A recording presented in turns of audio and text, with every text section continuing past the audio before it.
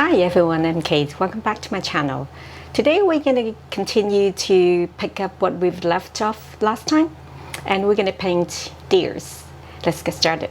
I'm going to paint a different posture of Sika deers, and I'm going to start with the eyes and nose of the deers. I've never learned how to paint animals, so it's just the way that I paint deers, and I wanted to share with you. It is not a representation of a traditional Chinese painting technique of how to paint deers. In case you come across some other masters who teach different techniques, it's okay. And I'm going to paint the jawline. And after that, I rinse my brush, take some new ink to paint the ears.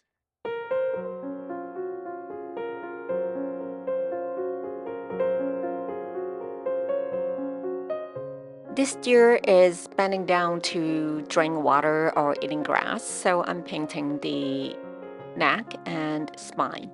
Learning is so much easier these days as there are many photos and videos available online, many of them free. So you can pause, rewind, and use even larger screen to see images clearly. So if you want to paint different types of animals in different postures and composition, there are many references you can find online. I'm not going to bore you with more deer paintings after this one. The legs are the hard part.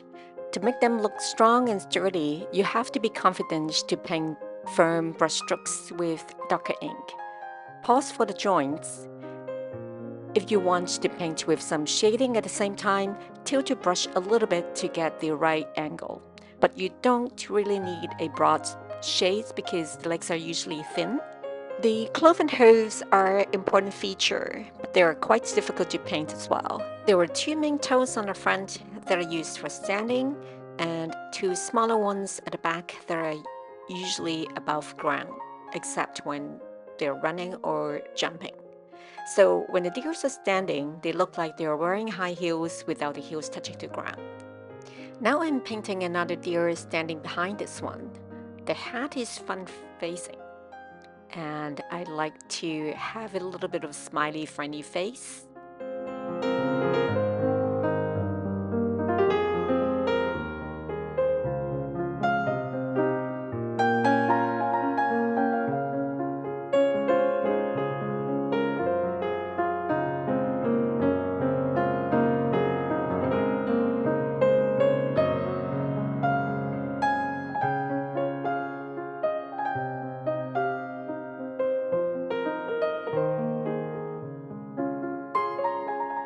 This deer is standing on the side, so this is the neck, and then I'm going to paint the body.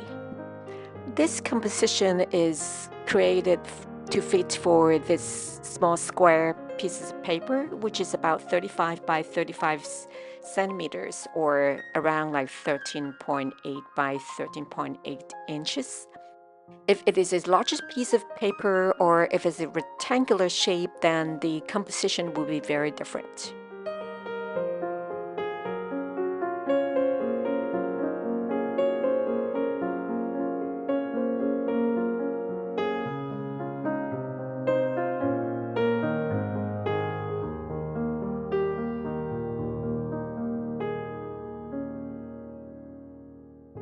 Now I'm adding some shades on the back. I could have used a larger brush to paint this so that it's just one stroke, but I'm lazy. I'm just using the same brush that I've been using for the entire painting.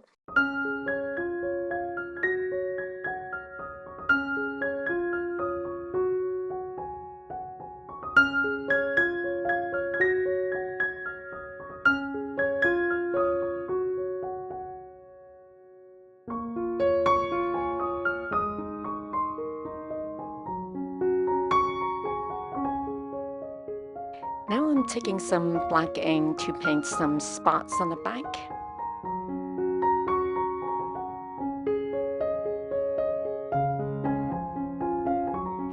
And I'm adding some white spots. These are poster color, which would not mix or blend with the Chinese ink. So it's okay to paint on the paper even though your paint is still wet.